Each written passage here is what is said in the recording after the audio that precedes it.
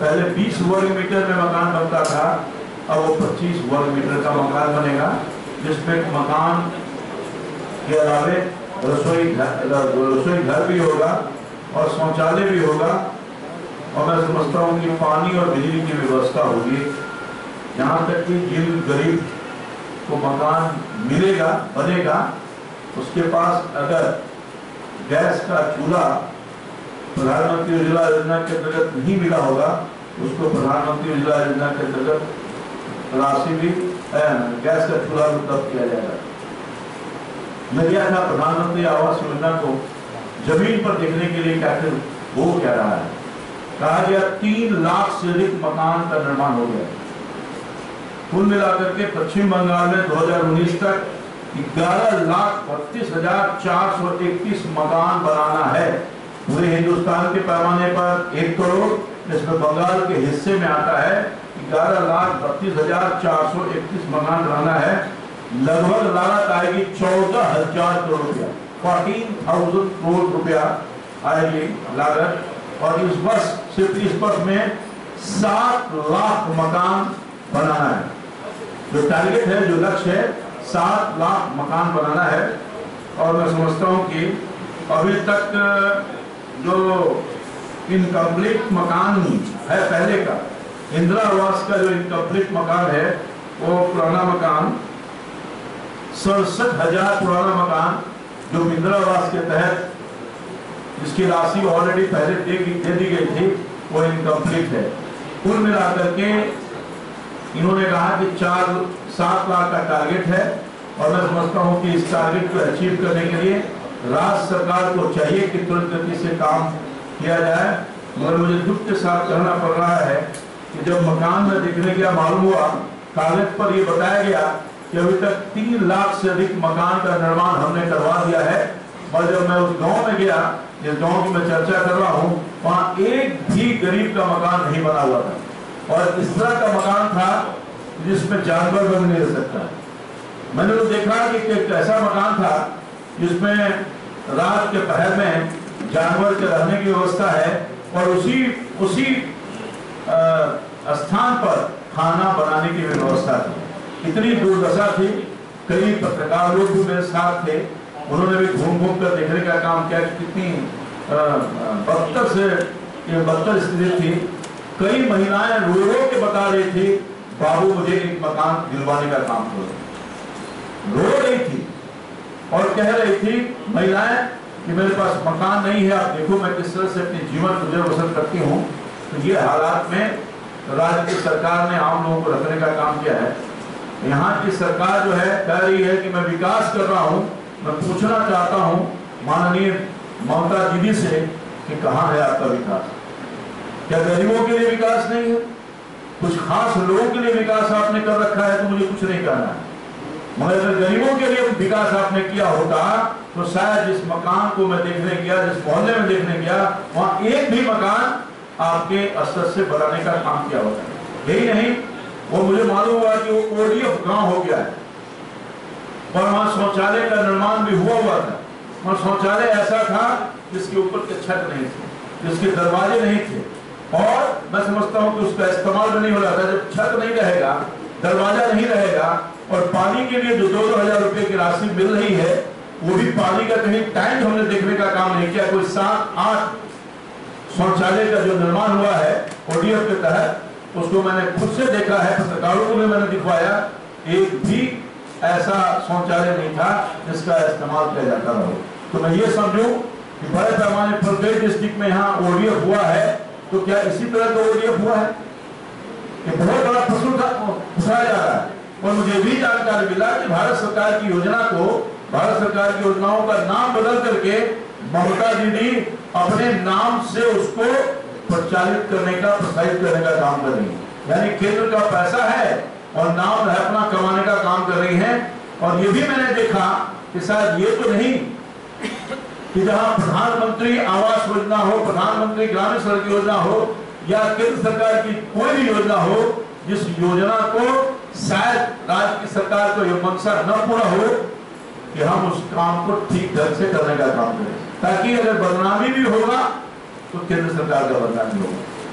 एक एग्जाम्पल के तौर पर हम कहना चाहते हैं, कुछ पंचायतों में हमारे पार्टी भारतीय जनता पार्टी के चुने हुए प्रतिनिधि हैं, पत्रकार भी वहां जाकर देखने का काम किया तो उन पंचायतों में बहुत ही अच्छे ढंग से काम हुआ है। क्या वजह है कि पंचायत स्तर पर भी जो प्रतिनिधि हैं, जहां तृणमूल कांग्रेस के प्रतिनिधि हैं, वहां काम खराब हो रहा है क्योंकि वो पंचायत का इलाका था, गांव का इलाका था, और जहां बीजेपी के प्रतिनिधि हैं वहां अच्छा काम हो रहा है।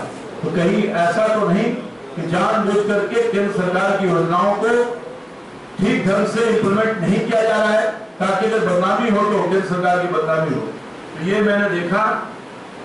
दूसरी बड़ी बात यह है कि जो टारगेट फिक्स किया गया है वो टारगेट फिक्स मनरेगा बहुत ही महत्वपूर्ण योजना है। कुल मिलाकर के देश के पैमाने पर बजट में जो उपबंध है 48,000 करोड़ रुपए की राशि इस वित्तीय वर्ष में उपबंध किया गया है, और मैं समझता हूं कि उसका भी सदुपयोग यहाँ की राज्य सरकार नहीं कर पा रही है मनरेगा के अंतर्गत। ये मेरा सीधा चार्ज है।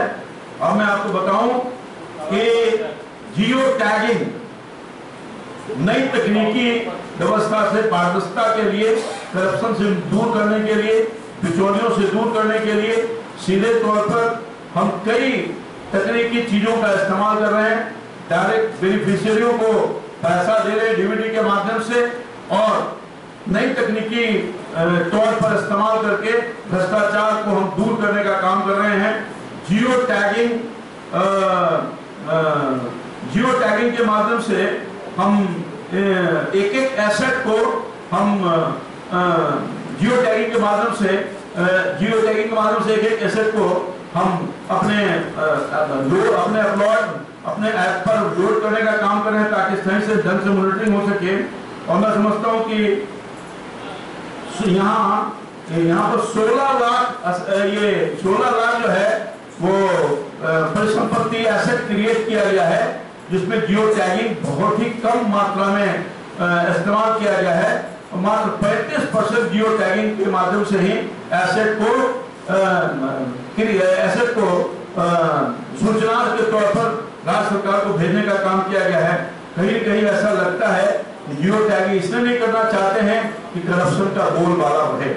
अब बताइए, मनरेगा के अंतर्गत हमने जो टारगेट फिक्स किया है उसमें 4-5 प्रमुख चीज है जो अनिवार्य रूप से जिसको बनाना था। मनरेगा में फार्म पॉन्ड बनाना था, वर्मिंग कंपोस्ट बनाना था, शौचालय का निर्माण करना था, आंगनबाड़ी केंद्र की स्थापना की जानी थी।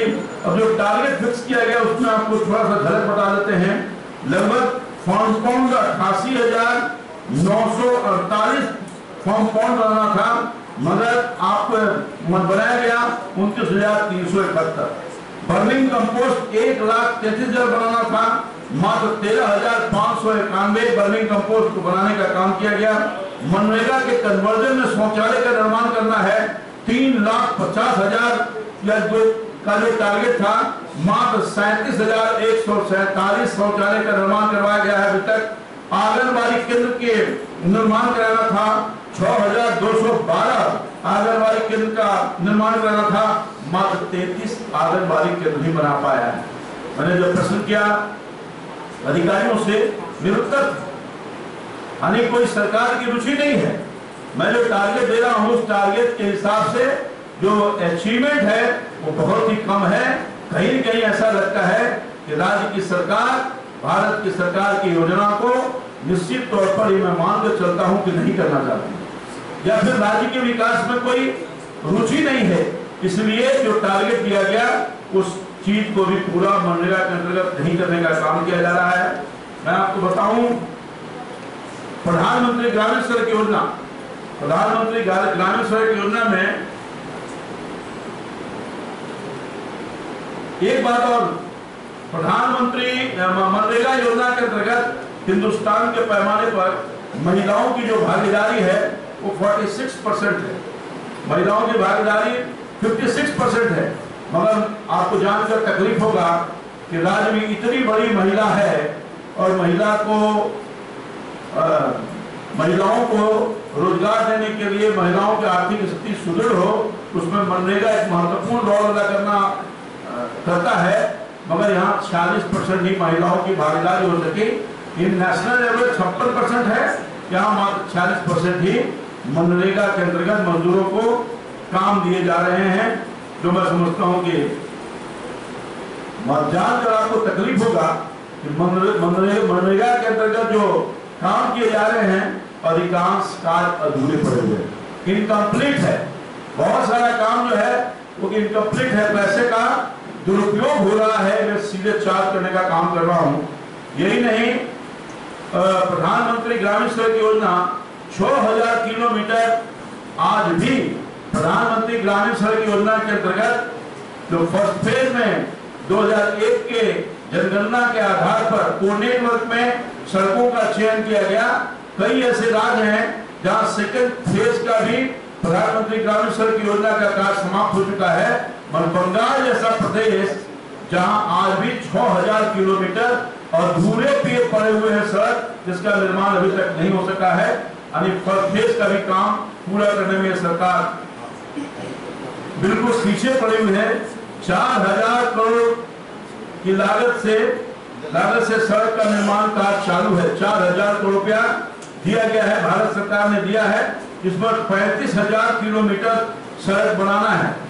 3500 पैसेंजर कर रहे हैं, 3500 किलोमीटर सड़क का निर्माण करना है और 3500 किलोमीटर के लिए धनराशि आवंटित करने का काम किया गया है। अगर 6000 पुराना प्रोजेक्ट को सड़क से जोड़ दिया जाए तो कुल मिलाकर के 9500 किलोमीटर सड़क बनाना है इस वित्तीय वर्ष में। 3500 इस वर्ष का, 4000 पुराना, तो कुल मिलाकर के 9500 किलोमीटर सड़क का निर्माण अभी कराना है फर्स्ट फेज के मामले में। इससे मैं कहना चाहता हूं कि निश्चित तौर पर सरकार जो है अपने दायित्वों का निर्वहन नहीं कर रही है और कहीं न कहीं विकास से कोई रुचि नहीं है, केवल राजनीति करने का काम कर रही है, लोगों को ठगने का काम कर रही है। यह वर्ष पंडित दीनदयाल जी के जन्म शताब्दी के उपलक्ष्य में मनाया जा रहा है। पूरे हिंदुस्तान के पैमाने पर बंगाल में मनाया जा रहा है।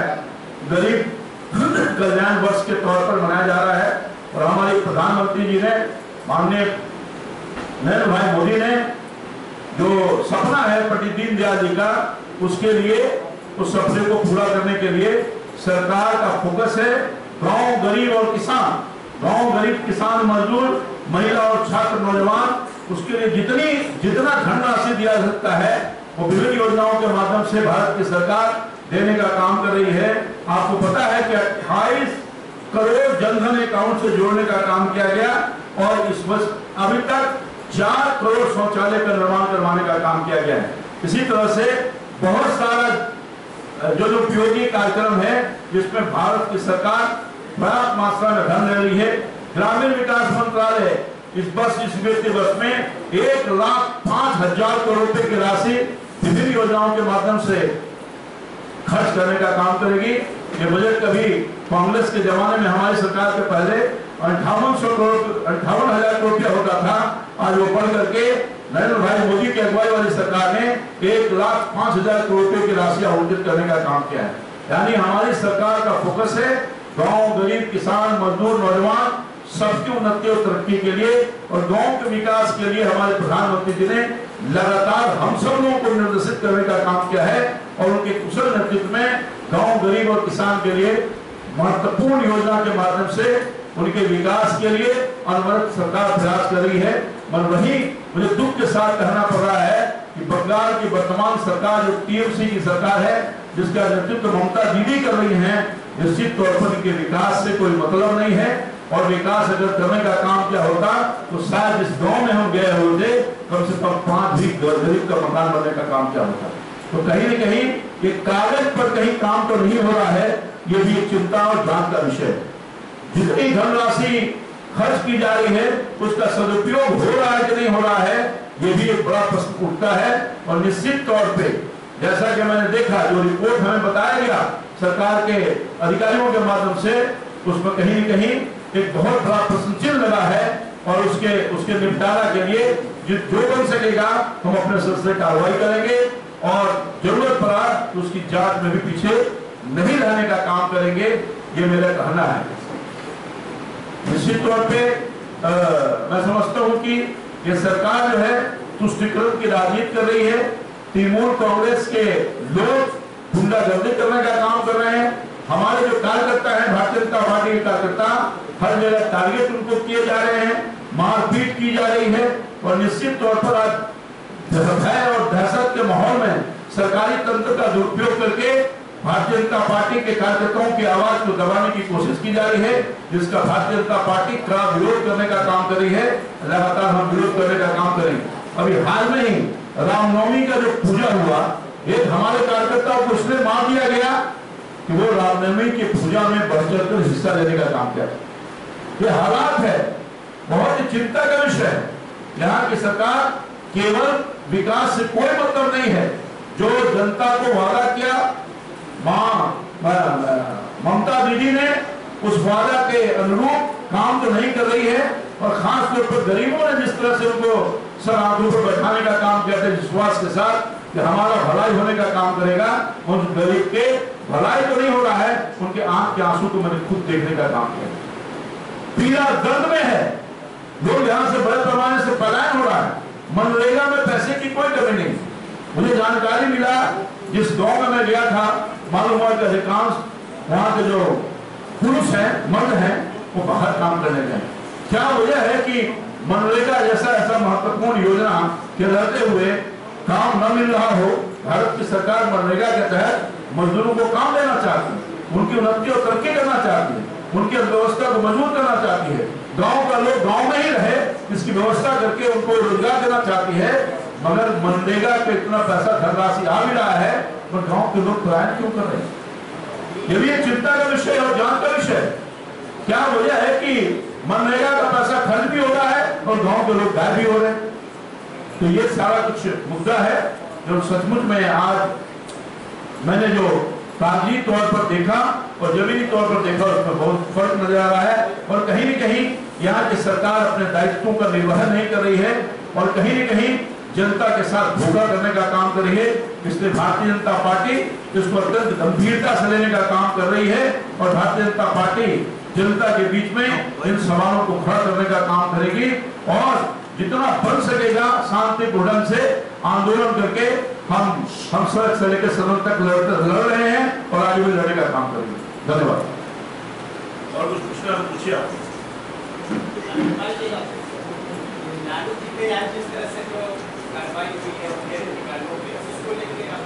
यहाँ की इशू वहाँ कहाँ उठा रहे, हमारे इशू को डाइवर्ट मत कीजिए, वो अलग से वहाँ से बात कर रहे हैं। अभी यही से पूछिए, यहाँ से संबंधित मामला है, बंगाल से पूछिए ना, बिहार कहाँ से लेकर। सवाल एक है मंत्री जी, हाँ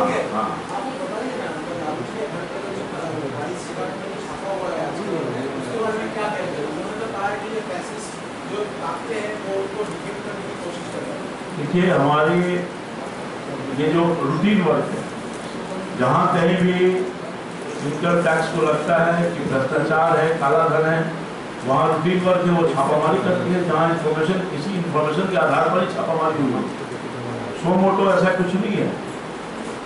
और हमारी सरकार तो भ्रष्टाचार और काले धन वालों को छोड़ने का काम कभी की नहीं है। तो शायद नहीं कि ये कोई पहली दफा किसी घर में छापामारी नहीं हुई है। लालू जी के साथ चिदम्बरम साहब के घर में छापामारी हुई, पता है ना, दफ्तर में। तो ये है, ये रूटीन वर्क है। जांच हुआ है, जांच के लिए गया है, जांच में अगर कुछ नहीं पाया जाएगा तो बरी हो जाएगी, और जांच में पाया जाएगा तो कार्रवाई होगी। हम भारतीय जनता पार्टी और हमारी सरकार कहीं भी पूर्वाग्रह से कोई कार्रवाई नहीं करती है, कोई रिकॉर्ड नहीं है। मंत्री जी, आपका कहना यह है कि केंद्र सरकार के द्वारा जो पैसा भेजा जाता है उन्नयन के खातिर, वो प्रयोग नहीं होता है ठीक से। अगर ये आरोप में सीमित रहेगा केंद्र सरकार, या आने वाले दिनों में कुछ कदम भी उठाना पड़ेगा सरकार की तरफ से, आप सोच रहे हैं? मैंने अभी अपने वक्तव्य में ही ये कहा कि जो कागजी आंकड़ा मुझे मिला और जमीनी हकीकत मैंने जो देखा, उसमें फर्क है। 3 लाख से अधिक मकान बनाने की बात कही गई है, तो मैं उसकी जांच करवाऊंगा। क्या ये 3 लाख मकान बन कहाँ रहे, ये किसी कहने को नहीं है। मैंने जिस गांव में जाकर भ्रमण किया है वहां मैंने एक भी मकान और इस तरह का मकान मैंने देखा, इस तरह की गरीबी देखी, इसका वर्णन मैं नहीं कर सकता। महिलाएं रो रही है, मकान मांग रही, पैसे उपलब्ध है, ये भी मुझे जानकारी मिला। लोगों ने वहां के लोगों ने मुझे बताया कि जो सूची, चूंकि एसएससी के आधार पर वो सूची बन रहा है और उसमें जो सूची में जिन लोगों को पहले मकान दिया जाता है, बाद में मकान दिया जाता है, जो तय किया जाता है, उसमें यह भी मालूम हुआ कि जो सत्तारूढ़ पार्टी के जो कार्यकर्ता हैं उनके अनुशंसा के आलोक में किसको पहले मिल रहा है, किसको बाद मिल रहा है। और मुझे ये भी जानकारी मिला कि जिनको मकान मिल रहा है उसमें अच्छा खासा अमाउंट भी दिया जा रहा है, 50-50 हजार रुपए का वो घूस दिया जा रहा है, तो मकान मिल रहा है। जो मुझे जानकारी वहां लोगों ने देने का काम किया, तो निश्चित तौर पर ये सब जांच का विषय है और चिंता का विषय है। ये मकान दिलाने वाला जो प्रोजेक्ट है उसका नाम क्या है, पैसा कितना भेजा गया केंद्र सरकार के के द्वारा? अभी मैंने बताया था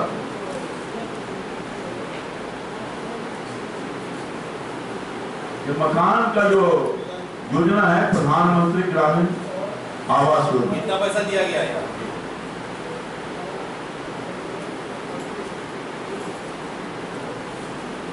पश्चिम बंगाल में कुल मिलाकर के 2019 तक 11,32,431 मकान बनाना है, जिसमें लागत 14,000 करोड़ रुपए की राशि आएगी और इस वित्तीय वर्ष में कुल मिलाकर के 7 लाख अधिक मकान बनाने हैं, 7 लाख से अधिक। अब जो राशि आवंटित की गई है उसको मल्टीप्लाई भी कर सकते हैं। पैसा इधर पता करो,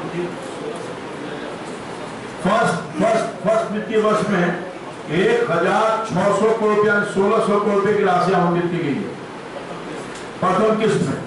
जैसे ही पैसा खर्च होगा दूसरा किस्त का राशि मिल जाएगा, दूसरा किस्त का राशि जैसे खर्च हुआ तीसरा किस्त का राशि। पैसे की कोई कमी नहीं है, वक्त पर ये मकान बना देंगे, वक्त पर एक एक पैसा केंद्र सरकार देने का काम करें। मतलब आपको लगता है कि फर्जी यूटिलाइजेशन? ये मैं नहीं कर रहा हूँ, तो बनाए ये मैं नहीं कर रहा हूँ।